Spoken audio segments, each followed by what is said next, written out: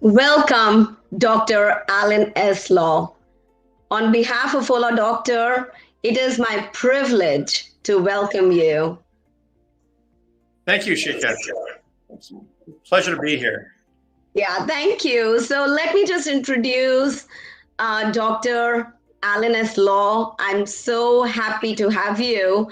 He is the president of the American Association of Endodontists.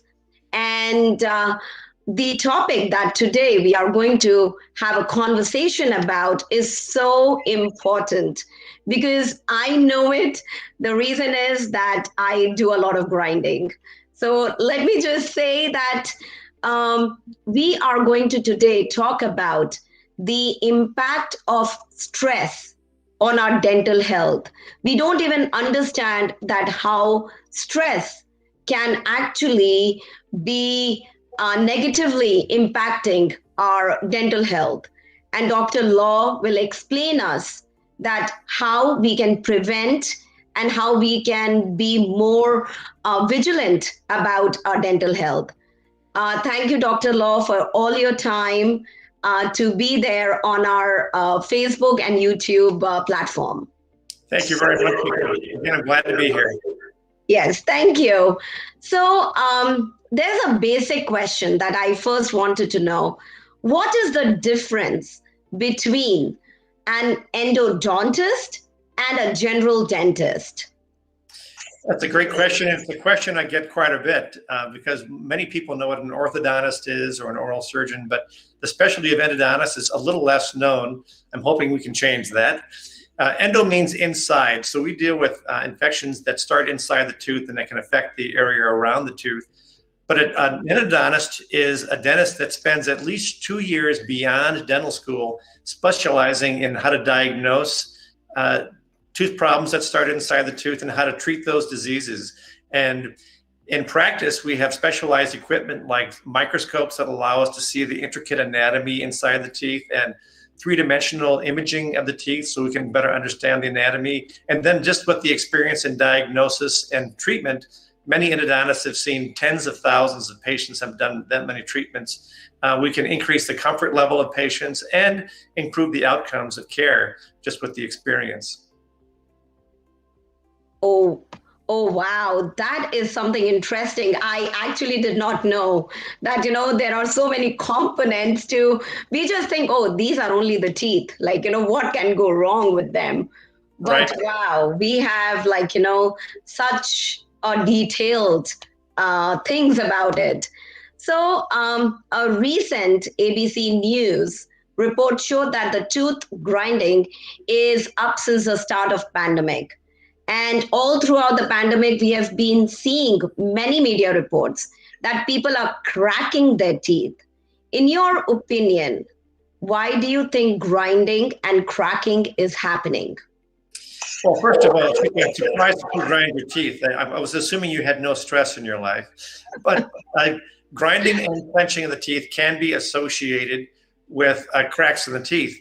And certainly, I have seen in the past a year and a half more patients that are being referred, because most of my patients are referred by their general dentists. They're being referred for evaluation and treatment of their teeth. So it could be that patients are grinding their teeth more because of the stress associated with the pandemic. It could also be that general dentists are just noticing it more because we're hearing more about this in the press. And patients are more aware of it also, so they're wondering about cracks in their teeth. So there could be a number of factors, but certainly increased awareness by the public and dentists about cracks in teeth and their importance could lead to more evaluations and treatment. Oh, okay. All right. Because the grinding of my thing, I did not even know that I'm grinding it until my dentist told me that you're grinding your teeth. Do you get nervous when I'm like, I don't even know that. Then she gave me a mouth guard kind of a thing to wear. And so that I don't have that habit of doing it. Right. And many patients, aren't aware they grind their teeth because it's happening in the evenings.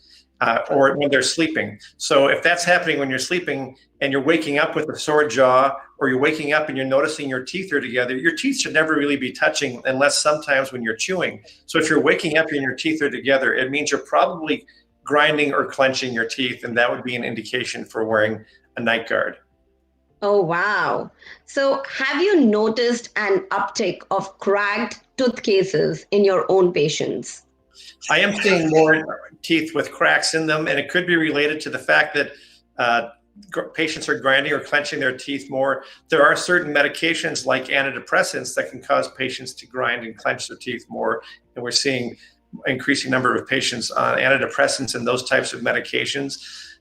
So increased awareness by the dentists and increased awareness by the patients are driving them in. And of course, some of the patients that have cracks also have symptoms from the cracks. So that would drive the dentist. Oh, okay. So what happens when a tooth cracks? Well, there are several types of cracks in teeth. Imagine if you have china, you can get just a little crack in the glaze in the china. That would be like a crack in the very outer layer of your teeth, what we call the enamel. And we call those craze lines. Those are relatively insignificant, although they can cause discoloration if they pick up stain. And then there are deeper cracks that can be caused by grinding or clenching, or if you were to bite down on something like an unpopped popcorn kernel, where it can break off part of the tooth, or the tooth doesn't break, but it starts to split down the middle of the tooth. So there are lots of different types of cracks, and depending on the type of crack, there are a number of different types of treatments. Some cracks don't have any symptoms, like the cracks in just the enamel. And when you split a tooth and the bacteria can get into the middle of the tooth, those can be quite painful. Oh, okay. Yeah, because so does it happen only because of the grinding, or can it, like, with the accident, if it happens, then is it a different kind of a thing? Well, there are several causes of cracks. One is grinding and clenching. One could be habits like chewing on pens, chewing on popcorn kernels that aren't popped, hard candy, ice. All those can cause cracks in the teeth. Corn nuts. I had one patient that had 6 teeth that were extracted or taken out because he cracked them on corn nuts. He had a strong habit that caused the cracks in the teeth. And then you can have trauma. So we typically would see these types of cases in younger patients. If they get hit in the face with a baseball, or they fall off their bike, they'll break a front tooth in their mouth, and that can cause part of the tooth to be missing. And that's managed typically with a filling, and sometimes if it's really deep, they have to have a root canal treatment when their tooth. So how difficult is to treat a cracked tooth? Well, again, it depends on the type of crack, and it depends on the age of the patients. Patients that are older, they tend to have smaller canals if they need to have root canal treatment, so that can be more of a challenge. Teeth in the back of the mouth tend to be a little bit more challenging. And then in younger patients, of course, there's the managing the behavior and the fear associated with these children who may have never had a filling before, and now they have a broken tooth, and they have to have a more involved procedure. Yeah, my daughter has one right here. She fell off a bike and it just broke. So she has that thing, and she's 11, so I have to yet go for the treatment for her.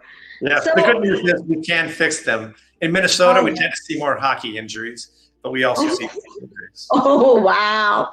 So how do I know if my tooth is cracked?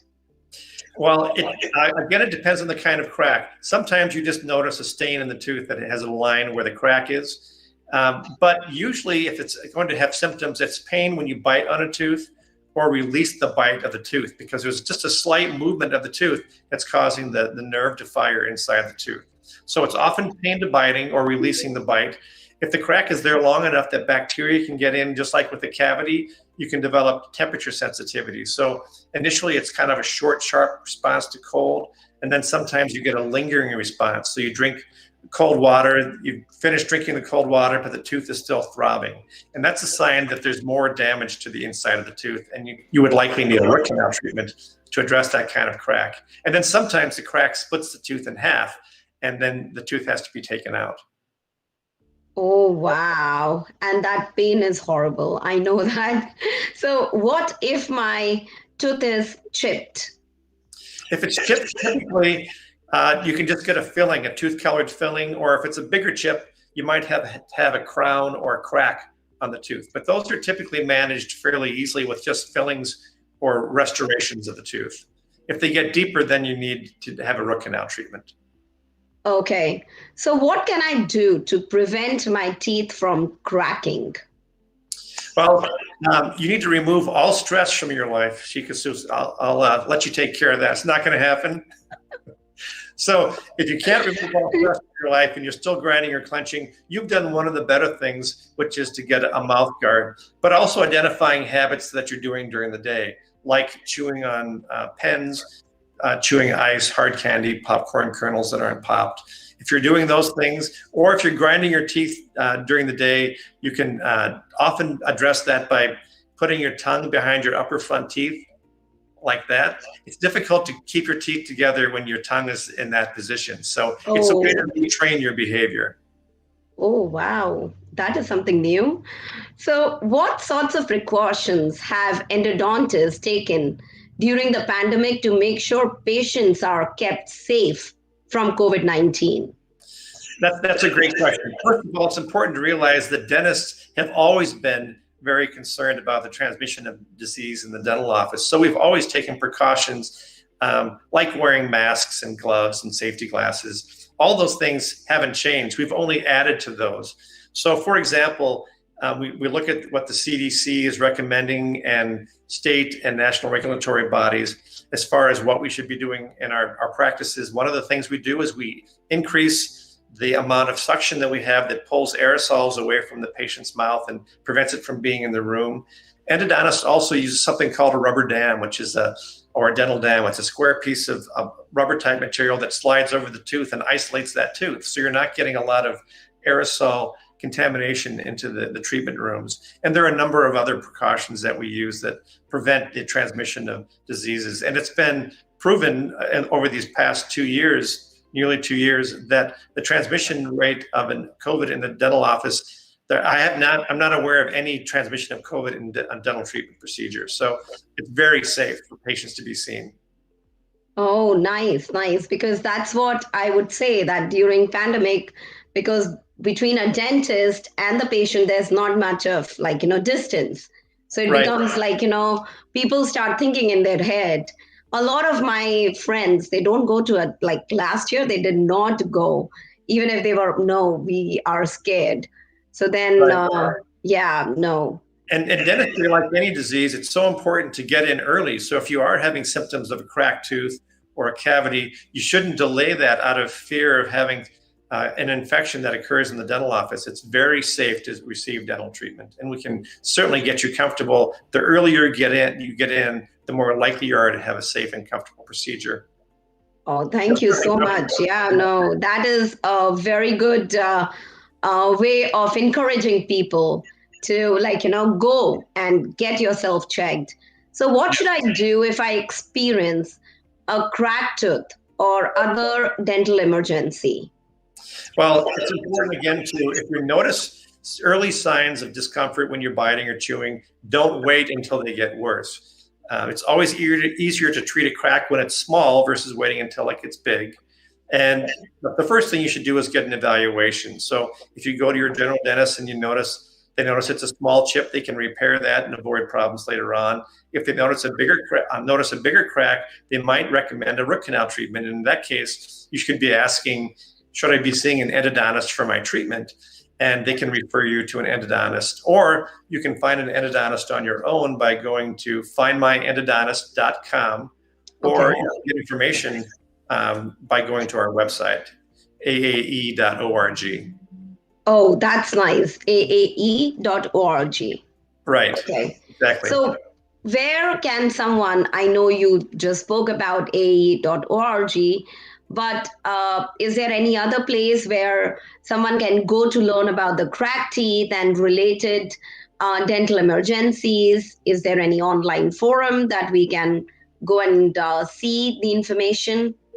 The American Association of Endodontists has developed an entire website geared toward patients where you can get information on cracked teeth. You can get information on the safety and the effectiveness of root canal treatments and how to manage pain if you have pain associated with dental treatment. All that can be found on the aae.org website, and it's scientifically based. It's not what you'd find on other websites that might be someone's opinion, but it's not based in science. So that's the best source of information. Oh, okay. All right, that's great. Another question I just wanted to check with you is that like somebody told me about this, that the nerve, if you have some pain and it's untreated, or if there is some problem, it can actually lead to other physical problems in your body. Or is it just like, if I don't treat my, my teeth, for example, okay, it's just a cavity, it'll, and does it lead to something else? Well, any area of your body, when you have an infection that's untreated or inflammation, it can lead to other health effects. So it's always better to treat those earlier. We're fortunate in the mouth that most of the infections stay very well localized, but you can have some systemic effects. So it's best to get it treated early, just to avoid the pain and discomfort, but also any infection that could spread to other areas. Typically, what happens if there's an infection here is it'll go into the neck area. When it gets very serious, it can actually start causing some difficulty breathing. So that's one of the more serious consequences of not treating dental infections early. Okay, perfect, perfect. Dr. Law, thank you so much to talk about, because during this COVID time, I think that was something which is unfortunate for all of us to be in this scenario. And stress comes along with what we were facing for the past 1.5 years. And definitely the pain that we have due to the dental thing, and we don't take care of it. And you spoke so well about it. Thank you so much for your time.